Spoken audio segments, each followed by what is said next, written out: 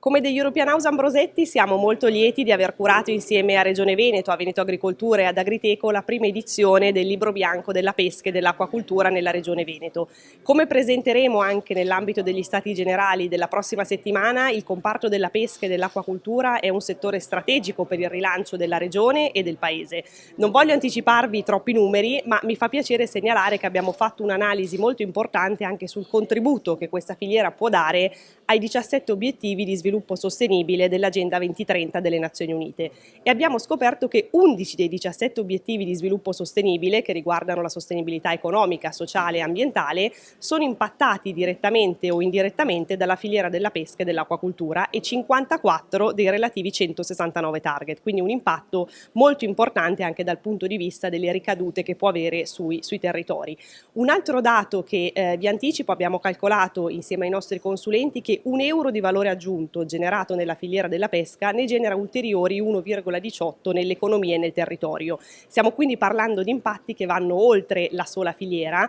ma che riguardano appunto anche i territori in regione e al di fuori della regione. Crediamo quindi che sia un comparto veramente strategico per il rilancio del territorio e del paese e siamo molto orgogliosi come degli European House Ambrosetti di essere stati coinvolti in questa ambiziosa iniziativa. Molto bene.